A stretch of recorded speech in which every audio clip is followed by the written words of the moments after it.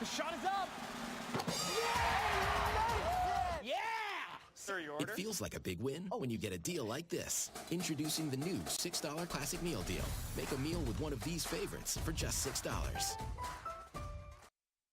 For millennia, tales of ancient secrets have captivated mankind.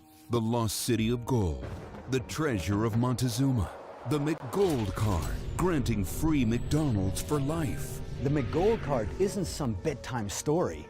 It's real. Like aliens. One fortunate soul will win a lifetime of free McDonald's by placing a mobile order. But where does this craveable story really begin? From antiquity through modern day, only the most luminary individuals hold the card and the truth. I just want to be treated like everyone else. Well, I mean, except for the free McDonald's. I still want that. They're raising the bar.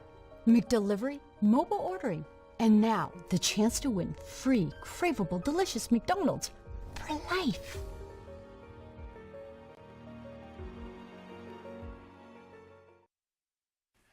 Finally tonight, those who serve. The nation's highest award for valor was awarded today, the first airman to receive the Medal of Honor for action since the Vietnam War.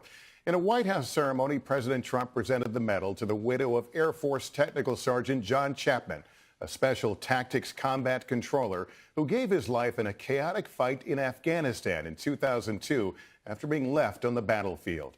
I recently sat down with his wife to talk about Chapman's heroism. In his 36 years, John Chapman lived by the creed, God, family, country. And this is when he decided to join the Air Force. A husband and father of two. John was one of those teammates that I could trust and rely on. On March 4th, 2002, Chapman was part of a joint special ops team on a mission to establish a mountaintop observation post in enemy territory.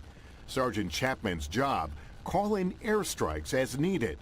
But little did his team know they were landing in a hornet's nest. They were ambushed and they were in a pitched battle. Their aircraft was hit. Navy SEAL Neil Roberts was thrown from the chopper, which was driven away. Regrouping, the remaining team, including Sergeant Chapman, flew back to the mountain to rescue their teammate. Chapman charged uphill through deep snow, attacking not one but two enemy bunkers, killing a pair of fighters before he was cut down by enemy fire. It's not a surprise that John Chapman was leading a charge with a single-minded purpose of closing with and defeating the enemy to try to rescue his comrade.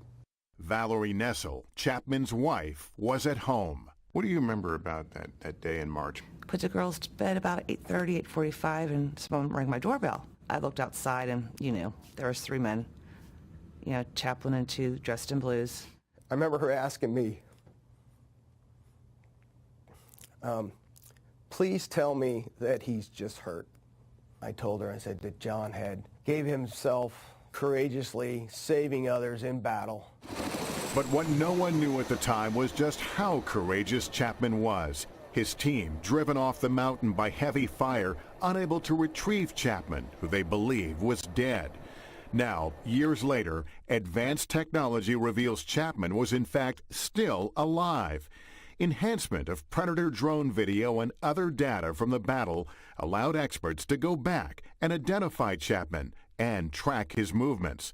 The wounded airman killing two more enemy fighters and firing to defend another U.S. chopper carrying reinforcements, including Major Gabriel Brown. As long as he had a breath in him, he was still fighting. Absolutely. Absolutely. He's thinking at any moment, any man, is how can I impact this battle? But before the team could come to his rescue, this time Chapman was fatally wounded. I knew he would sacrifice himself for the better of the team. We learned that he was left with the thought that he was dead, and he was alive and continued to fight. That's a lot to process. They were on a 10,000-foot mountain, 3+ feet of snow, getting shot at in every different direction. I never in my heart felt like he was left behind per se. They did what they had to do, and that's what I believe. 7 Americans died that day, and now, from the fog of war, emerges the crystal clarity of duty and honor. Valerie Nessel telling me she would be accepting the Medal of Honor not only on her husband's behalf, but on behalf of all the Americans who died on that mountain that day. Uncle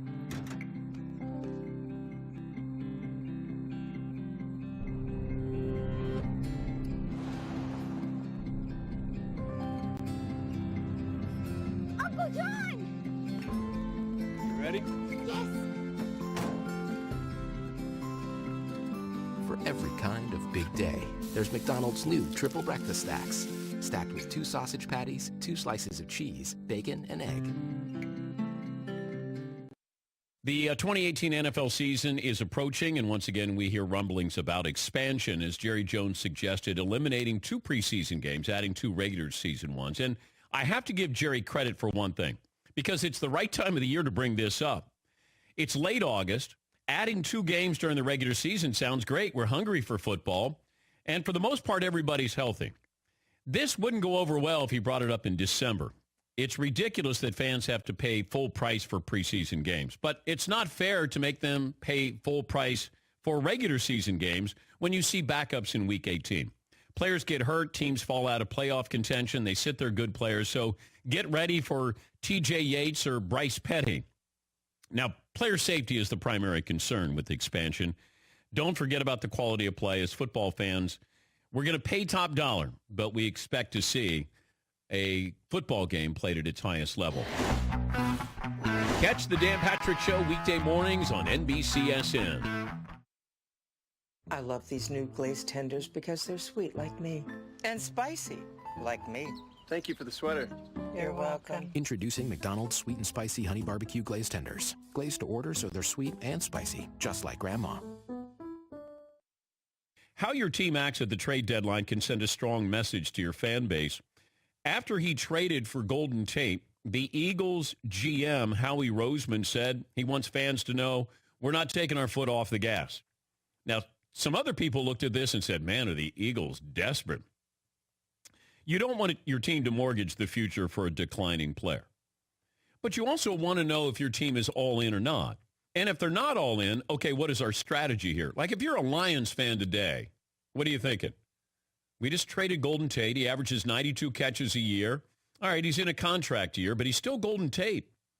And he's a good wide receiver. Is he great? No. Is he good? Yes. Is he reliable? Yes. Demaryius Thomas? He's okay. And he might be a good fit for the Texans. You know, the Eagles with Tate, the Texans with Demaryius Thomas, the Redskins, they got Ha-Ha Clinton Dix. The Rams, I thought the Rams did well getting an edge rusher in Dante Fowler. Each move shows that these teams aren't content with where they are, despite having winning records or leading their divisions. No excuses now, because now the fun begins.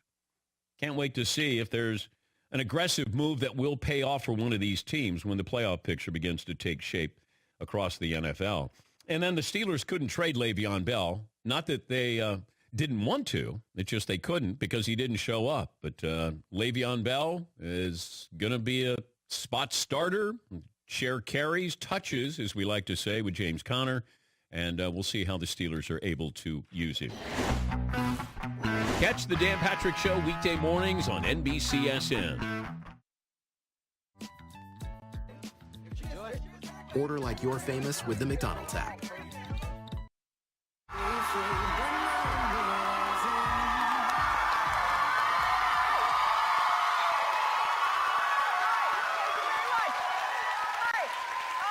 you so much. I appreciate it more than you'll ever know. I feel the same way about you. Thank you. Thanks. Have a seat, everybody, if you want to. I don't want to tell you what to do. You'll be able to stand up whenever you want during the commercial break. It is so nice to see all of you here. This is wonderful. You have beautiful, bright clothes on, shiny, smiley faces, and it just makes me happy looking at all of you. It really does. Thanks for being here. This is a show that I love doing. I love hosting it. It does mean that I live my life in the spotlight, mostly thanks to Dickie, our lighting guy. Hey, Dickie. Dickie. But a lot of people want to know what's going on in my life. They want to know what happens behind the scenes here. And every week, at least, by the way, I just look straight in that light, and all I see is light now. Why would I look straight in a light? What would I? Anyway, I get a lot of requests for people wanting to know about me and about what goes on. I get at least 50 requests for interviews a week, and that is from Mario Lopez alone. But I like to give people what they want, and so first we started a new podcast where you can hear how this show gets made. It's called Ellen on the Go. And secondly, I'm going to start something new on the show where I answer questions from the press. It's time for my new segment, Ellen's Weekly Press Briefing.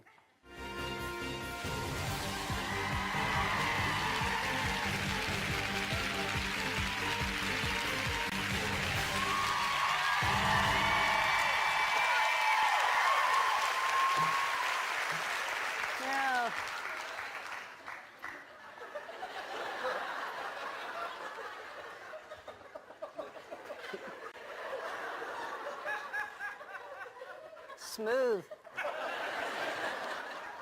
All right. Welcome to the press corps sitting up there. Let's open up the floor to questions. Ellen, what does Mark Wahlberg smell like?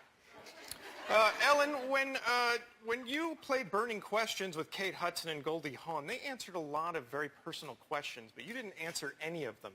What are you hiding? Oh. Very angry tone you had there, sir. I'm not hiding anything. I have so much fun playing the game that I forgot to answer, but since you asked, I will answer the questions now. Yes, no, yes, only with George Clooney. No, on my lower back, and 3 times in Cancun. All right. Yeah, next question. Ellen, please, Ellen. What's the deal with airplane food? Oh. Ellen, I love hearing about your trip to Africa, and I know that you saw gorillas, but what other kinds of animals did you see? Oh, that's a good question as well. I saw giraffes, I saw elephants, I saw whales, octopus, clownfish, but that's because I watched Finding Dory on the flight. So, all right. Next question. Ellen, how much money do you have? Ellen, I'm curious why you don't use your writer Troy in sketches more often. Troy, you weren't even supposed to be in this. Yeah, I'd like that reporter removed, please. Take him out. Yep. Okay. See? I have more questions. Nope. Can I get a raise? How about a hug? A little hug? What are we doing for Thanksgiving? I'll take one more.